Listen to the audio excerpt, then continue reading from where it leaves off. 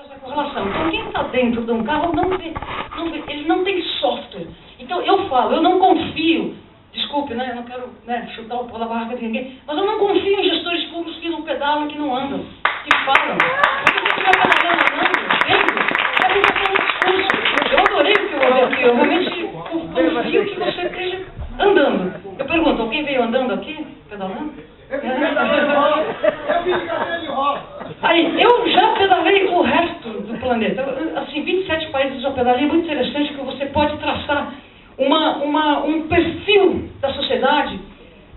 Eu vou colocar aqui a Europa porque nós somos muitos oriundos da Europa e da África, né? O Brasil, ele está dentro daquele velho continente lá.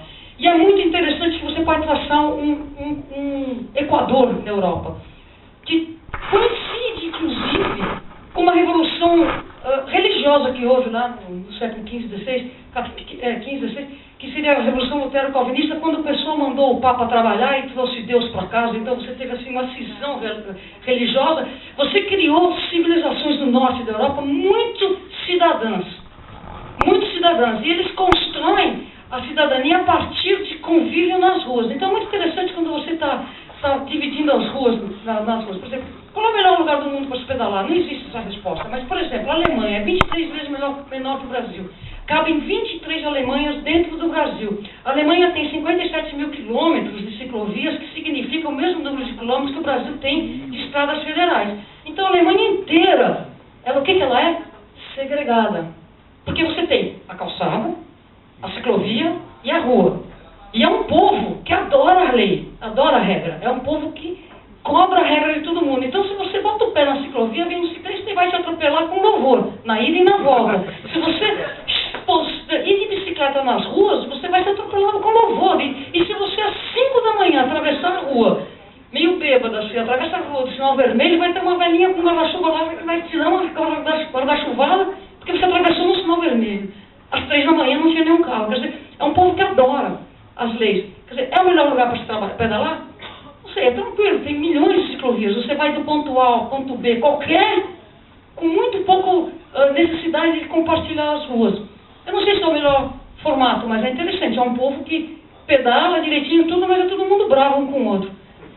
Aí você vai para a Itália. A Itália é uma bagunça. Eu sou italiana e me divirto. É uma bagunça. As pessoas se amam, mas também se matam nas ruas, né? Elas se amam, pedalam, todo mundo adorando, mas o motorista lá gosta de acelerar e o ciclista gosta de cometer infrações. É muito engraçado lá. Aí você vai para a Espanha, é muito parecido, eles são surreais, morrem menos nas ruas. O melhor lugar que eu gosto de pedalar na Europa, que condiz com o meu temperamento de Brasil, de brasileiro, é Paris. Paris, assim, a França, eu perdoei a França depois que eu conheci um museu do perfume. O que é o perfume? O perfume é você prender um cheiro em cima de um frasco, de uma... O que é? O que é? Uma essência, né? Então, eles são essências, a essência das coisas. Então, eles têm uma maneira tão curiosa de dividir as ruas. Por exemplo, em Paris, o corredor de ônibus é franqueado para ciclista. O motorista de ônibus tem para os carros e plim-plim para os ciclistas. Eles conversam de uma maneira interessante, eles são poetas entre eles, é muito interessante. Eu adoro pedalar lá. E o motorista acelera. Então, agora que tem toda a Europa, eu não coloquei aqui porque não tem esse desenho, mas, por exemplo, mas se nós estamos falando de países do primeiro mundo, por exemplo, pedalar em Cuba é maravilhoso. É uma sociedade que, por ter uma equidade instituída por uma ditadura, a gente pode criticar o que for, mas o povo se trata de uma maneira muito igual. É impressionante como eu estou assim pedalando, eu vejo assim um motorista de táxi, que é um carro que está velho, então você vê que o cara está lutando para manter o carro aí para frente. Na hora que ele vê lá na frente um ciclista, ele vai tirar o pé, vai desacelerar. Por quê? Porque a cultura do povo é respeito à vida. E ninguém é melhor nem pior que ninguém. É uma coisa cultural, instituída, blá blá blá. Então, uma coisa interessante que tem nessas culturas inteiras é que a bicicleta não tem terror, não tem tempo feio para a bicicleta. E a bicicleta, além de brinquedo, ela é um meio de transporte, uma ferramenta de inclusão social e principalmente um direito de todas as sociedades. Um direito. Coisa que aqui no Brasil tudo está escondido em cima de preconceito. Então a bicicleta acaba sendo um óculos para ver a realidade social. Essa é uma frase de um grande amigo nosso, que é o João Lacerda, que trabalha comigo no Bike Legal. Ele é o editorialista do Transporte Ativo lá do Rio de Janeiro, do Zé Lobo, que era para estar aqui conosco. É interessante como é essa verdade. Então, quando você começa a pedalar, você bota um óculos para você entender a realidade social. E você começa a sentir na pele o que é preconceito social, o que é ser um cidadão de segunda categoria, porque você não está num carro, você está a pé, está de bicicleta, e você começa a extrapolar essa análise e questionar as políticas públicas que elas respondem a esses dogmas que o Brasil adotou desde a sua colonização. Você acaba vendo, isso aqui é uma coisa que quem é da década de 70, 60 entende muito bem, né? Que é o Black Power, não, é o Bike Power, né? Que é o grande lance aí. Isso aqui é lindo, né? Esses desenhos todos são um cara chamado Rinaldo Berto, um grande amigo nosso. Então você acaba sendo o grande, né, o profeta da bike é vida, liberdade, saúde, paz. A gente entende isso. E quando a gente entende isso, a gente começa a ter que ficar respondendo para todos os seus amigos, familiares, namorados, o que for, do porquê que você vai de bike, você acaba virando um cicloativista, porque você tem que começar... É impressionante, se você entra num clube de pesca, você vai lá e pesca. Se você entra num clube de maratona, você vai lá e corre. Se você começar a pedalar, você vira um cidadão, começa a atuar, começa a trabalhar, começa a querer mudar o mundo. É impressionante o que a bicicleta faz na cabeça das pessoas. Então, esses são dois cartões que eu gosto muito de colocar. Se você odeia a bicicleta, já é seu. Já é seu. Dane-se. Porque cada vez mais você vai ter mais bicicletas na cidade. Então, se acomode, venha pedalar e não sofra. Rápido. E outro, que é um cartão que eu gosto muito, que esse daqui é um desenho que encerra em si exatamente a nossa dramática. Respeite o ciclista, o idoso, a faixa de pedestre, o negro, o branco, o índio, a mata, o farol vermelho, o gay, o carro, a criança deficiente, as vagas reservadas aos mesmos animais, etc, etc, etc. Ou seja, deixe de ser preconceituoso e inclua. Né? Essa é a grande realidade em relação à mobilidade sustentável. A bicicleta nada mais é do que um direito, é um livre arbítrio que a gente tem que exercer e tem que cobrar políticas públicas para poder exercer com segurança. E aí eu finalizo a palestra sempre falando que só bike salva, porque realmente quando a bike entra na vida das pessoas, só a bike acaba salvando. É isso aí. E agora, por fim, vou começar a nossa palestra no positivo. Então, como melhorar a convivência entre carros e bikes nas metrópoles brasileiras? Primeiro passo é mudar isso aqui. Como melhorar a convivência entre motoristas e ciclistas? A gente tem que questionar quando a gente fala carros e bikes.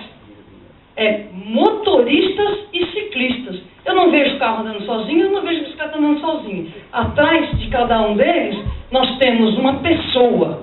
Então, primeira regra para você melhorar a convivência é humanizar. Não é carro e não é bike. É motorista, é ciclista. Aqui eu vou mostrar uma coisa para vocês muito curiosa. Isso daqui é uma coisa fruto do quê? Desse grande efeito colateral que é você resgatar a escala humana quando você começa a pedalar. Você deixa de ser uma máquina e passa a exercer o direito de ser uma pessoa. Você, minha querida, bom dia.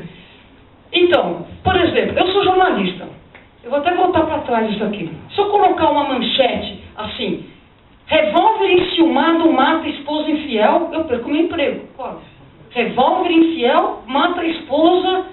Não, revólver enciumado mata esposa infiel. Mas eu posso colocar caminhão desgovernado atropela, carro desgovernado atropela, trio elétrico desgovernado atropela, ônibus desgovernado atropela, caminhão, carro, Bahia acontece, carro desgovernado atropela, quer dizer, isso aqui eu tirei ontem rapidamente de colocar no Google. É para perder o emprego o jornalista que faz isso, concorda? Não, para nós é normal. Então, eu posso colocar, então, vou repetir, revólver enciumado mata esposa infiel. Não existe isso, não existe ônibus desgovernado, não existe trio elétrico desgovernado. Desculpe, está faltando o quê? Humanizar o trânsito. Então, eu volto. A palestra não é em carros e bikes, é motoristas e ciclistas. A gente tem que ver, não é carro-bike, é motorista e ciclista. É ônibus e caminhões? Não. São passageiros e cargas. Então, passo número 1 é tirar a máquina e olhar para a pessoa, para o humano. E você só percebe isso quando você começa de fato a andar, caminhar, pedalar, e você começa a botar o teu carro no lugar que ele tem que estar, que é a teu serviço, não escravatura. Isso daqui é uma cena típica de São Paulo. Isso daqui é um absurdo. É tão absurdo quanto colocar revólver enciumado. Tão absurdo, isso aqui é um absurdo. O cara está correndo a pé, um cidadão de classe média alta, indo treinar, correndo no meio dos carros, porque as pontes de São Paulo, nenhuma delas tem estrutura para pedestre. A outra está falando no celular, o outro também, correndo do lado dela. Né? Esse tipo de placa comum, isso daqui, quem bota uma placa dessa tem que ir para a cadeia, porque ele está colocando proibido, cadê a gente? Porque, se não é mais claro do que exclusão? Não. Ó, isso aqui, de São Paulo, e a bicicletinha, proibida de bicicleta. Quer dizer, a bicicleta tem que subir uma montanha de 60 metros de desnível, descer do outro lado, enquanto os veículos vão pelo plano. Por que não tem estrutura? E é muito fácil passar por dentro. Cadê a estrutura? Só basta largar, sinalizar, vamos passar. É ótimo, você economiza com isso daqui uma boa ladeira na cidade de São Paulo. Você une todos os bairros, jardins com o centro, você integra e alinha esse caminho. Então você tem que pensar a bicicleta. Isso aqui são as sinalizações das ciclorotas da cidade de São Paulo que estão sendo feitas agora. Você tem que incluir a bicicleta, você tem que resgatar a escala humana. Então essa é a principal coisa que tem que ser feita, é resgatar. É Pense Bike. Isso aqui é um cartaz que acontece na Think Bike, Pense Bike, que é um cartaz que tem em Londres, colocado pelo prefeito da cidade. Historicamente, quem muda a cidade são os prefeitos. Viu? Então, é proibido excluir. Proibir é excluir. A segurança vem da inclusão. Então, por que tem aquela placa proibido pedestre, proibido do ciclista? Porque eles acham que estão criando segurança. Não, eles estão criando segregação. Você não pode. Então, se você tem que adaptar a rua, se a rua está ruim, não é que ela não é perigosa. Ela está perigosa por causa dos gestores públicos que não tornam elas seguras. Em cima de uma pressão de que a classe média quer andar de carro, acelerar cada vez mais. Aliás, 70 km por hora em avenida é assassinato. E você tem que proibir, você tem que incluir. Né? Incluir é resolver. E a grande chave está no compartilhamento com responsabilidade. Porque você nunca vai ter uma estrutura cicloviária que vai de ponta a ponta. Se você não compartilhar e não tiver uma pressão de todos para o compartilhamento com segurança, você não vai chegar a lugar nenhum. Isso daqui é a solução. Incluir é resolver. Incluir. Né? Aqui eu vou mostrar soluções. Puxa vida, mas aqui nós não temos espaço, nós não temos isso. Eu vou te mostrar cenas do que é Londres. Londres é uma cidade que está ensinando o mundo que compartilhamento com responsabilidade é super viável. Então aqui, está vendo? Ó, o ônibus, o outro rapaz que está indo muito mais rápido do que eu está me ultrapassando por fora. Eu estou no meio de uma ciclofaixa que está no meio do caminho. Por quê? Porque o corredor do ônibus ele vai parar no lugar dele. Aqui a mesma coisa. Está vendo? Eu estou no mesmo corredor de ônibus, a gente sai e vai passar no meio dos ônibus. Qual é a diferença de lá e aqui no Brasil, aqui em São Paulo? O motorista é educado. O motorista está treinado a me ver. O motorista está treinado a me respeitar. O motorista, se me atropelar, ele vai para a cadeia. Né? E perde o emprego. Aqui você vê o motorista do caminhão, ele está invadindo a minha faixa. E atrás dele está escrito, cuidado ciclista. Ciclista, cuidado, eu tenho um ponto cego que eu não te vejo.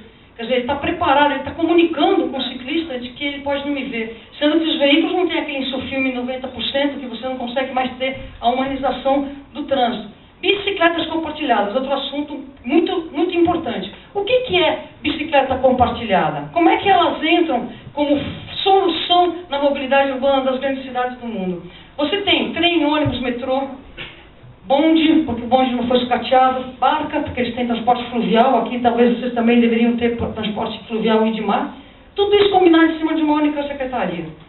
E agora, essa secretaria, ela cuida do principal meio de transporte, que é a acessibilidade das pessoas para esses meios de locomoção que estão combinados. É um bilhete para tudo, muito fácil, muito mais barato, se você for imaginar quanto que eles ganham. E aí você tem tudo isso combinado numa única secretaria que também legisla sobre o quê? A acessibilidade. Então eles criam o quê? Calçados de qualidade, porque vir a pé para o transporte público também é uma forma de transporte. Né? Em São Paulo são 33% que você está falando, 33% dos deslocamentos urbanos são feitos exclusivamente a pé na cidade de São Paulo. Só 28% em carro. Se você for imaginar que 72% é tudo em transporte público ou a pé. Né? E tá uma cidade que está atormentada por 28% dos deslocamentos que param a cidade e ainda reclamam. Então, voltando ao ponto, para você poder desafogar o transporte público do passageiro de curta distância, que é aquele que entra e sai, e até você poder, eventualmente, até aumentar as distâncias entre as paradas, o que faz o poder público? Fornece bicicleta compartilhada. Então, a bicicleta compartilhada, ela nada mais é do que um forte agregador de intermodalidade, de fomento para que o passageiro, eventualmente, nem use o transporte público, para desafogar, desonerar, né? E atrair esse passageiro com conforto, com rapidez para o transporte público. Então, as bicicletas compartilhadas são uma grande sacada no sentido de você potencializar o uso, facilitar o uso e o acesso aos pontos de transporte público. E é impressionante, a Luciana está aqui, ela vai certamente falar a grande surpresa que foi a instalação das bikes compartilhadas na cidade de São Paulo. Aqui nós temos a instalação das novíssimas estações lá na cidade de São Paulo. Intermodalidade, aquilo que eu já tinha falado. Aqui, por exemplo, na Europa, não tem terror. Você entra com a bicicleta nos trens sem terror, sem crise. Você vai entrar com ela, vai colocar lá dentro, ela vai ter um lugar até melhor de quem está... Ela está amarrada com cinto de segurança específico, né, no lugar, e tudo sinalizado. Esse é o paradigma que a gente tem que começar a perceber. A classe média, ela pressiona por mais viadutos, mais avenidas. As grandes empreiteiras adoram isso porque é onde elas conseguem faturar bem o que elas sabem fazer. Ponte, viaduto, alça de acesso, etc. e tal. E está mais do que provado. Mais vias, mais carros, mais congestionamentos, fica todo esse círculo vicioso.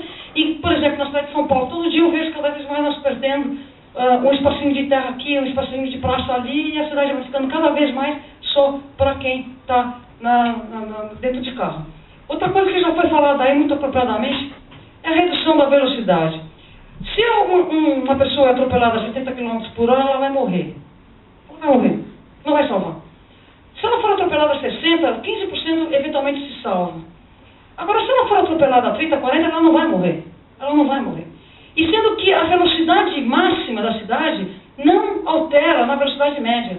Você simplesmente estressa, cria motoristas tensos, motoristas, todos eles fittipaldi, como eu era, que adoram acelerar para depois brecar, gasta pneu, gasta gasolina, aterroriza a vida do pedestre, torna a cidade inconfortável, horrível. Então, a redução da velocidade é uma coisa que tem que acontecer já, é uma coisa que é muito difícil no mundo inteiro. A Europa, por exemplo, a velocidade máxima urbana nas cidades da Europa hoje é 50. Está rolando um abaixo-assinado para mudar para 30. Então você imagina, 30 km por hora, e está provado que quanto mais perto da velocidade média que você consegue se locomover na cidade, for a velocidade máxima que você coloca urbana, você reduz os congestionamentos, porque você dispersa, você faz com que os carros não fiquem afogados nos pontos de convergência.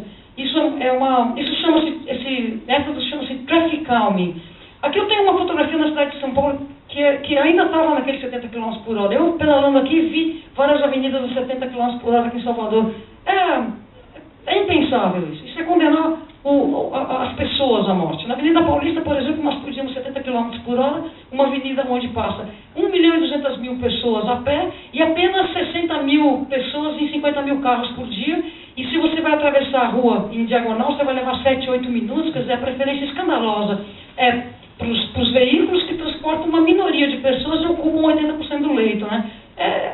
São esses números que a gente precisa começar a apresentar. Aqui para você ver como é que a sociedade civil paulistana está super apta a absorver as regras. E o Estado se omite porque não sinaliza. A ciclofaixa aqui não está inaugurada. Ela estava apenas sinalizada. Você repara que está o pai com uma criança sem nenhum cone e os carros respeitando. Quer dizer, a iniciativa pública fica tutelando mais do que educando e sinalizando e incluindo. Né? O brasileiro tem essa coisa de tutela, não pode não ser sem cone, etc. Quer dizer, não se experimenta tirar do pré-primário a população e colocar no primário, eventualmente no ginásio, para chegar assim, não existe cidadania. Não é muito em cima da tutela, da proibição, e quem proíbe não educa, né? Esse é o grande problema. Então aqui são mais imagens isso aqui são imagens de como que é sinalizado a redução de velocidade nas vias públicas. Está vendo aquele 20? É a velocidade máxima em milhas, isso aí vai dar 36 km por hora, velocidade máxima permitida nessas ruas de bairro, que por lei já é. O Código de Trânsito Brasileiro nada mais é do que normatizar o que já está escrito, porque o Código de Trânsito Brasileiro é 30 nas ruas vicinais, 40 nas coletoras e 60, podendo chegar a 70 se caso tivesse a sinalização da exceção. Então, é exceção poder 70 km por hora nos centros urbanos da cidade do Brasil. Mas uma coisa, está vendo? Sinalização grande, tem um slow grande assim, que é a baixa velocidade, depois enorme no piso. É uma sinalização que está dando muito certo. Lá você pedala na boa, porque a velocidade é baixa mesmo. E, inclusive, com pontes que estão desenhadas únicas e exclusivamente para carro, que a gente vê que essa ponte não tem nem ciclovia, não tem nada, é mais ponte de carro, uma ponte que tem 500 anos, essa ponte no mínimo. E aí, o que eles fizeram? Grande redução de velocidade para poder incluir. Com isso você tem a inclusão do modal com segurança. Outra grande chave da nossa, desse nosso desafio, eu não sei como é que estou de tempo, aí se eu precisar de tomar uma chamada, vocês me avisam. A grande chave é a educação. A educação é a grande chave. Eu só vou dizer como é que acontece na Alemanha. Na Alemanha, por exemplo, uma criança não pode ser matriculada numa escola a mais de 2 km da sua casa. E o pai não pode levar de carro. Então é legal, porque nasceu uma criança, pronto, eles já passam para a sociedade civil um problema para a comunidade. Várias crianças, elas têm que caminhar para a escola, como é que fazemos? Pronto, rodízio de pais. Então você já tem o quê? Uma comunidade trabalhando a cidadania no sentido do traslado a pé dessas crianças para a escola. 2 km, crianças de 2, 3 anos andando 2 km para entrar na escola, no frio, no calor, não importa. Não vai de carro. Não pode ir de carro. Os caras acatam, né? Eles são lovers, né? Eles adoram ali. Então eles acatam isso. Então o que acontece? Já começa aquela coisa da comunidade trabalhar para resolver a questão do transporte. Quando essa criança tem 8 anos de idade, eu tinha umas fotos aqui, não achei, por isso que eu estou falando só. Quando ela tem 8 anos de idade, ela começa a aprender a pedalar na escola, como meio de transporte, como lazer, então ela começa a aprender a sinalizar, tudo, ela começa a aprender a pedalar. E ela vai aprender a usar o transporte público, quando ela tem 12 anos de idade, ela recebe um diploma de cidadão, e ela está apta a ser o ser humano que vai caminhar as criancinhas para a escola e levantar uma bandeira, e todos os caras vão freeze, aí passa as crianças, e eles vão, quer dizer, existe uma cultura, é a partir da mobilidade mais necessária que a criança de 2, 3 anos ir para a escola que começa a educação de cidadania justamente em cima da mobilidade do transporte. Então a educação faz tudo. Você imagina esse moleque quando ele pegar um carro, se pegar um carro, né, porque ele não precisa, ele tem transporte, ele tem muito mais convívio social, ele vai facilmente